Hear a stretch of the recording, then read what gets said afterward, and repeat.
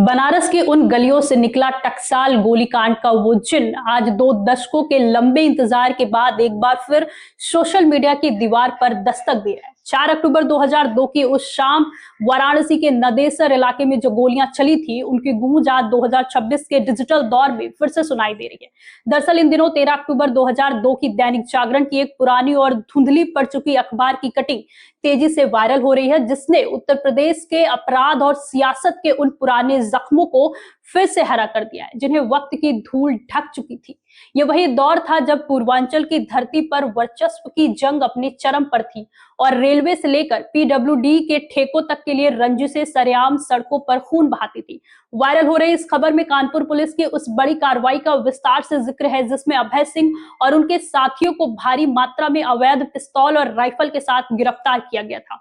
खबर की उस कटिंग में साफ तौर पर लिखा है कि पुलिस ने घेराबंदी कर अभय सिंह और उनके गिरोह को उस वक्त दबोचा जब वे इलाहाबाद की ओर कूच कर रहे थे। खबर के अंश बताते हैं कि उस दौरान अभय सिंह पर हत्या, वसूली, खून खराबे जैसे 2 दर्जन से अधिक गंभीर आपराधिक मामले दर्ज थे।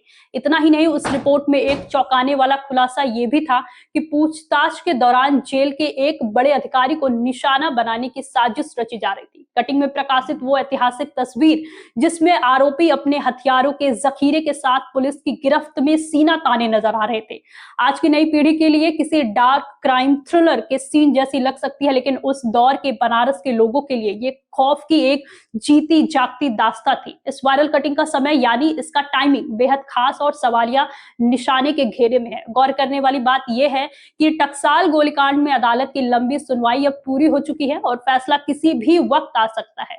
फैसले की इस घड़ी से ठीक पहले इस पुरानी याद का ताजा होना सियासी गलियारों में हलचल पैदा कर रहा है। हाल ही में अदालत ने अभय सिंह को पेशी पर लगातार गैर हाजिर रहने के लिए कड़ी फटकार लगाई थी, जिसने इस मामले को दोबारा मुख्य धारा की खबरों में ले आया था। वहीं दूसरी तरफ बाहुबली धनंजय सिंह ने भी वाराणसी पहुंचकर मीडिया के कैमरे के सामने उन्हीं पुराने आरोपों को दोहराया कि उन पर हुआ वो जानलेवा हमला अभय सिंह और उनके गिरोह की सोची समझी साजिश थी। इन बयानों ने ठंडी पड़ चुकी इस आग में घी डालने का काम किया है। अब सोशल मीडिया के चौक चौराहों, खासकर प्लेटफॉर्म एक्स पर बहस छिड़ गई है कि क्या फैसले से ठीक पहले इस पुरानी कटिंग का वायरल होना महज एक इत्तेफाक है या फिर इसके पीछे किसी खास पक्ष द्वारा कोई साधा हुआ नैरेटिव सेट करने की गहरी कोशिश की जा रही है। यूजर्स की राय यहाँ पूरी तरह बटी हुई नजर आती है। जहां कुछ लोग इसे न्याय प्रक्रिया की कछुआ चाल और भारतीय कानूनी सिस्टम की जटिलता का प्रमाण मान रहे हैं, वहीं कुछ अन्य लोग इसे इतिहास के उन काले पन्नों को जानबूझकर पलटने की कवायद बता रहे हैं ताकि आने वाले फैसले से पहले जनमानस की राय को प्रभावित किया जा सके। कुछ सतर्क यूजर्स इसे महज आर्काइव मेमोरियल कहकर शांति बरतने की सलाह दे रहे हैं, लेकिन हकीकत को झुटलाया नहीं जा सकता कि ये पुरानी खबर आज भी पूर्वांचल की राजनीति और सत्ता के समीकरणों को हिलाने की पूरी ताकत रखती है।